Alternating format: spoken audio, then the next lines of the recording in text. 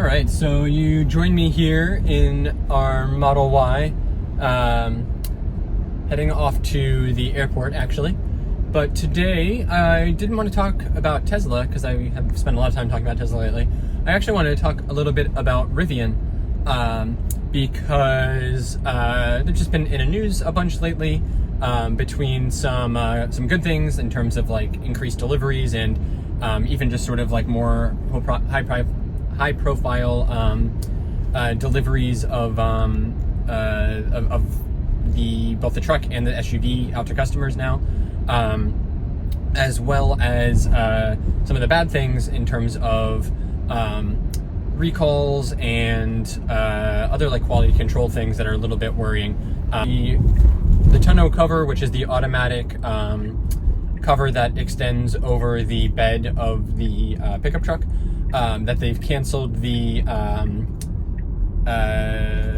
camping kitchen and gear, what do they call it? Gear tunnel sled, until they can redesign it and get an upgraded version out. And so between all of that, since I am a Rivian R1S reservation holder and finally have an updated date that tells me I'm going to get that car somewhere in 2024, I wanted to talk a bit about how they are as a company right now, what it means to me as both an investor. I do have some, not very much, but some stock in them, as well as a reservation holder and just somebody interested in them overall who's been following them as they've entered the industry and ramped up. So stick with me and we will get into all of that.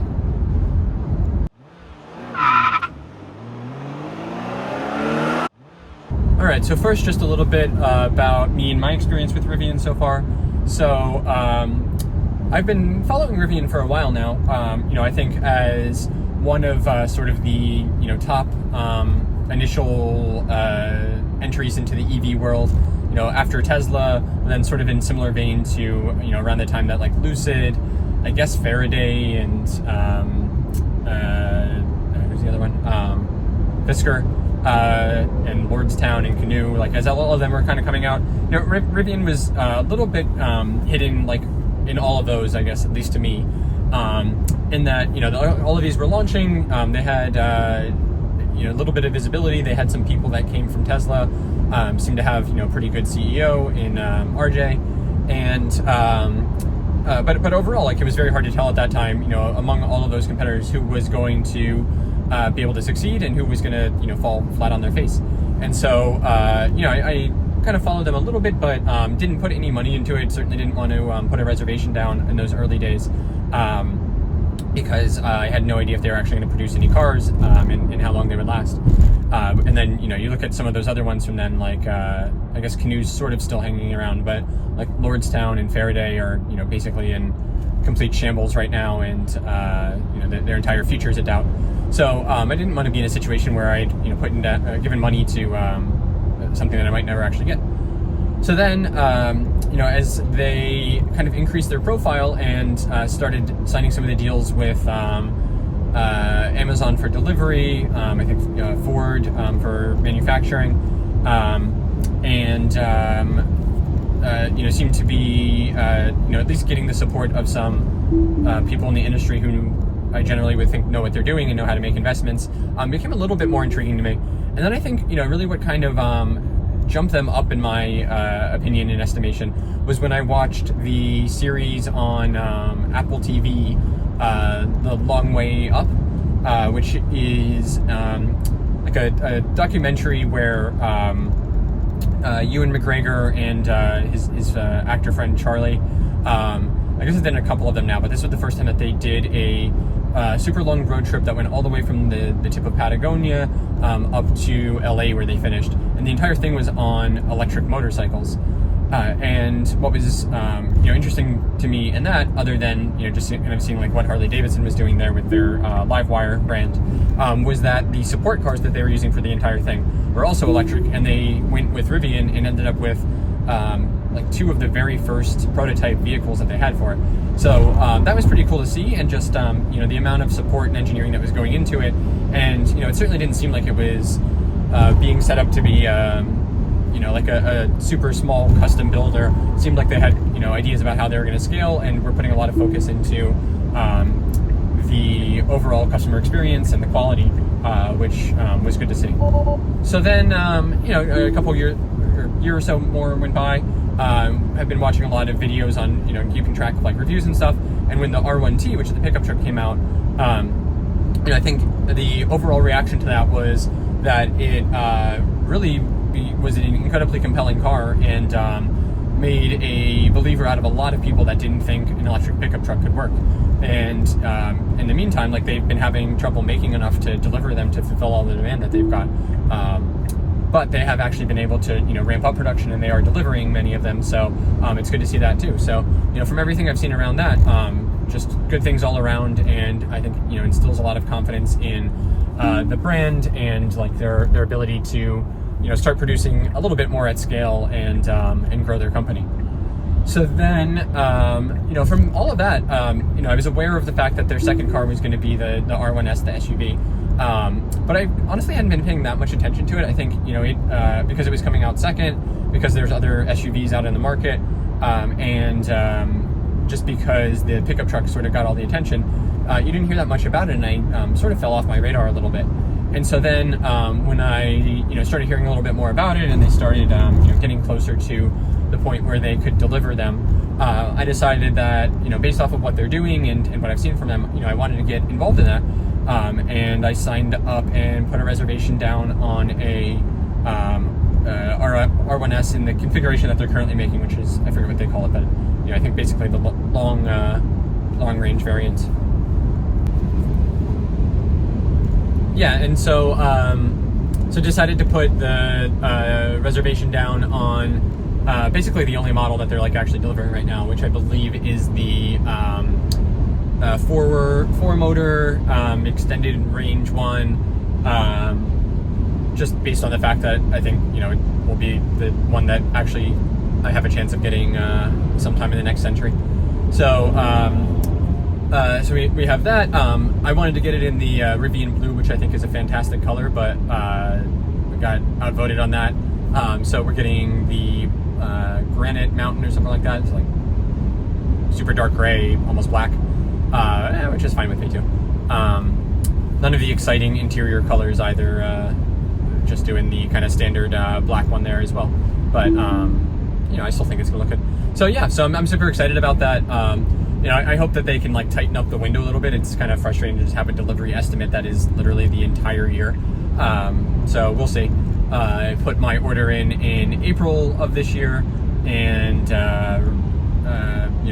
based off of what I'm seeing from other people, they're generally getting about the same time estimate right now too. So seems realistic right now, but hopefully they'll ramp up production even more. They have been continuously increasing how much they're producing, and they claim that they're on target to still hit, I forget exactly what their target was, 40,000 or 50,000 cars this year, something like that. So that's going to require a big ramp, but if they can keep going beyond that, like, I think some of those delivery time windows will actually come down a little bit. So yeah, so that's kind of my experience right now. With some of the other stuff going on right now, I did want to talk about that as well, and sort of where that leaves me feeling with stuff. So overall, the reviews that people have had on both variants of the Rivian, so obviously the pickup has been out a little bit longer, and the SUV's only been in customer hands for a couple months now, but everything has been very overwhelmingly positive about them. From drive quality to performance to ability to handle off-roading to the comfort and practicality and fitting a million things in the car. All of that has been fantastic. Charging seems to be pretty good.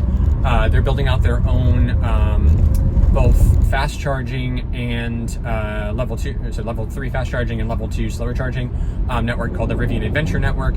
They've got, I think, fast chargers in like 3 locations right now, and level 2 chargers in places like national parks and in places where people would be doing stuff that embodies that Rivian outdoor adventure lifestyle, which I think is really cool. But they're also open to everyone, which I think is a really smart branding thing for them to do right now. So so all of that's going great. Even people that have had their cars for a few months now, they're saying they're holding up well. The software has been getting better and better and better. It started off well, like it doesn't have, you know, the same problems that like Lucid has had, or, you know, even like Volkswagen with the ID platform. Things have generally been like pretty responsive and good, but they've been adding features all the time. So they added pet mode, camping mode, self-leveling for the car when you're camping on uneven terrain, which is really cool. They just added mule mode, which like lowers the car using the air suspension to make it easier to get in and out. So it's really cool to see them, you know, not only like adding all of those things, but you know, listening to customer feedback as well. Sorry, as I cut across like 5 lanes here. Also, you know, adding features based off of that, which is, I think, really cool. So all of that's going great. The only things that don't seem so great in Rivian land right now are around some of the accessories and build, like what it indicates for build quality. So I do want to be careful and say, like, you know, basically everything I've seen around the overall car's build quality has been great. Like people are, you know, trashing these cars, and they're holding up really well. But you know, there's some like production kind of quality issues that are a little bit worrying. So the first one is the tonneau cover, which is the automatic powered cover that goes over the pickup truck bed. And so this was an option that you could get on the pickup that a lot of people have gotten. And you know, basically from day one, everyone said that it didn't seem like it was super great in that like it was it would make like a lot of kind of grating and concerning noises, even like from when you first got it, whenever you would open or close it. And so people were worried about the durability of it. And, you know, I have seen like many people reporting that they're actually breaking and they've taken them in for service and they, you know, get temporarily fixed, but then they just break again. So there's definitely a problem with it. And the good thing is, you know, Rivian has heard that. They've been very transparent about the fact that there's a problem. And they have actually said that they are going to stop production of those and stop offering it as an option right now until they can redesign and provide a new version of it. So, you know, I think, you know, that's good and that's, you know, probably the right way to be handling it. But, you know, still just a little bit worrying on sort of the quality control, I guess, front of things. And then the other one is the camp kitchen. So this is like the thing that goes underneath the underneath the gear tunnel in the R1T, and it is really cool, like a kind of marquee flagship offering that they've got that I think a lot of people have been excited for, and you know, hoping that and a lot of people are really excited to like be able to camp with it. It like gives you basically a full kitchen. Helpful. So yeah, and actually this is the place where I first saw Rivian in real life, which was cool. No such thing today though. So yeah, so with the camping kitchen, they were taking pre-orders and stuff on them, but they have also announced that they've stopped that and they're going to be fully redesigning it as well. And the kitchen itself comes on what they call like the accessory sled, which is the thing that slides out of the gear tunnel that you can put like tools and stuff on. Yeah, so they've announced that they have stopped production of those for now until they can redesign them. So on both of those things, the slide out thing too. So that's also pretty disappointing. But you know, I would still rather see them you know, taking the feedback from customers that these things are not like operating as intended, as well as you know, realizing that there are problems on them and like proactively trying to solve them through redesigns rather than just like band-aid solutions. So you know, I guess overall that is a good thing, but not great to see that they're having some of these, you know, early phase you know, production and quality control issues. So yeah, the only other thing is, so Rivian did have a big recall, their first recall actually, somewhat recently too, where there was a bolt that was not tightened enough on the, I'm not sure exactly if it's the suspension or, you know, basically like what holds the wheels on.